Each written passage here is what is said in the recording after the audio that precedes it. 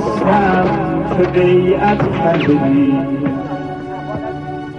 دعوت حق را اجابت کردی. با شما هستم که خنجر خورده ای، جان میان خون آتش برده ای.